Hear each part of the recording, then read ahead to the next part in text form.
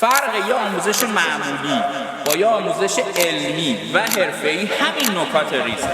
این به نظر من که با توجه به اینکه اولین باره که من می‌بینمش و باهاش کار می‌کنم، در همین حد که فقط یه ارتباط گیری و بیاد نزدیک و بیاد تو داستان یه شروع کنه ارتباط کافیه جلسه.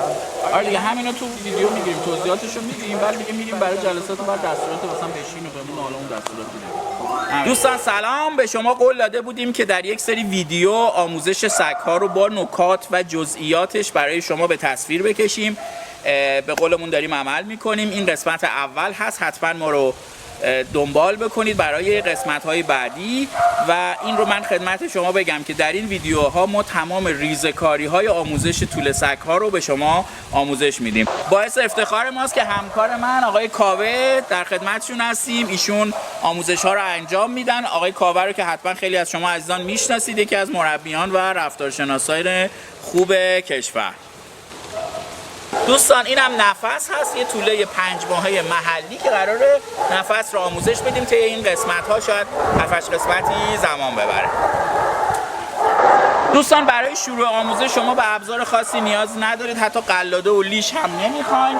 یه دونه کیسه تشویقی و تشویقی که وعده غذایی سگ هست، یه وعده خوشمزه. مثلا ما از سینه مرغ داریم استفاده میکنیم برای آموزش های نفس.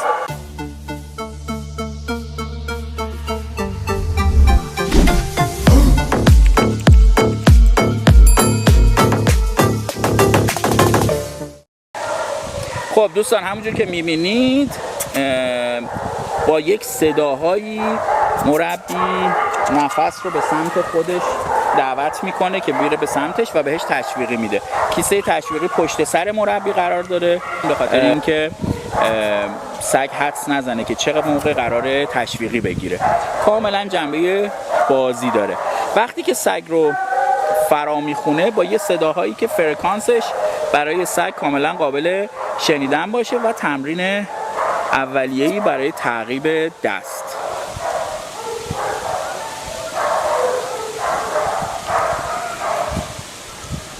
به نحوه قرار دادن تشویقی توی دست هم دقت بفرمایید.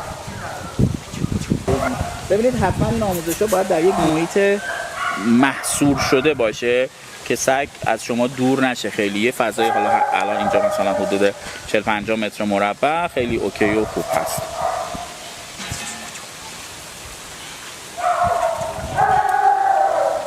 قرار نیست قلاده بشه سگ، قرار نیست هیچ فشاری بهش وارد بشه. آموزش‌ها کاملا جنبه بازی داره.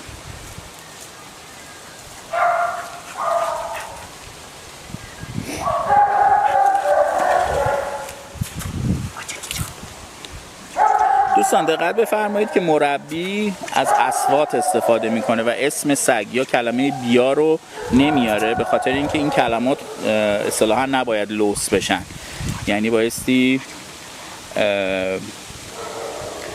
زمانی که سگ داره کار درست رو انجام میده کلمه بیا یا اسمش گفته بشه، نه موقعی که داره اشتباه میکنه و به یه مسیر دیگه میره.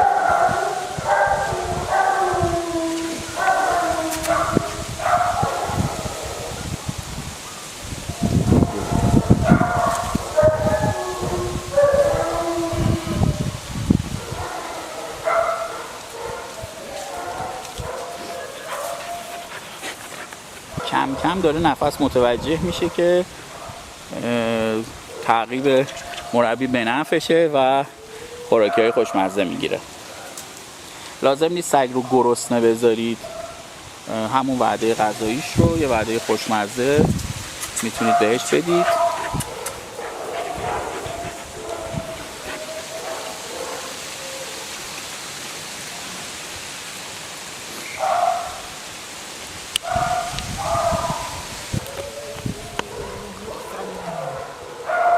ما هیچ عجله‌ای برای یادگیری نداریم، اینکه سگمون سریع یاد بگیره نداریم. ممکنه این کار 1 روز، 2 روز، 3 روز یا حتی چند روز تکرار بشه برای اینکه جنبه خوشایندش برای سگ حفظ بشه.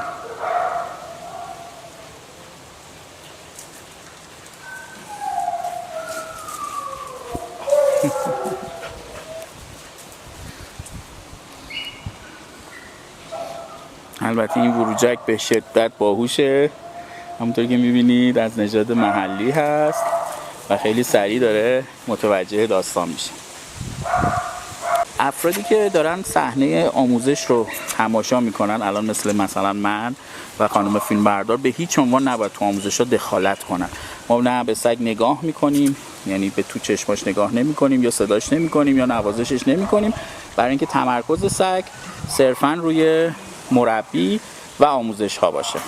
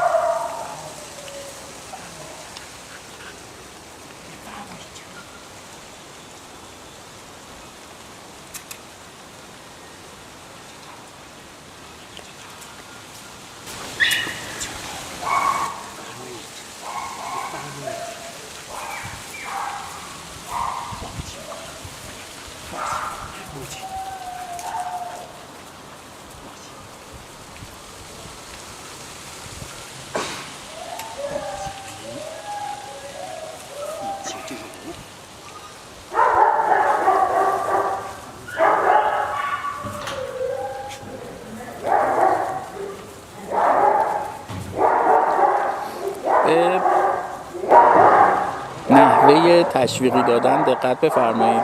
حالتی که به دست میگیره آقای کاوه دقت بکنید. این کار برای اینه که هم سگ به راحتی غذا رو بخوره، هم شما کنترل روی زمان دادن تشویقی داشته باشین و همین که سگایی که احیانا بعد تشویقی میگیرن و ممکنه گاز بگیرن به این شکل نمیتونن دست شما رو گاز بگیرن.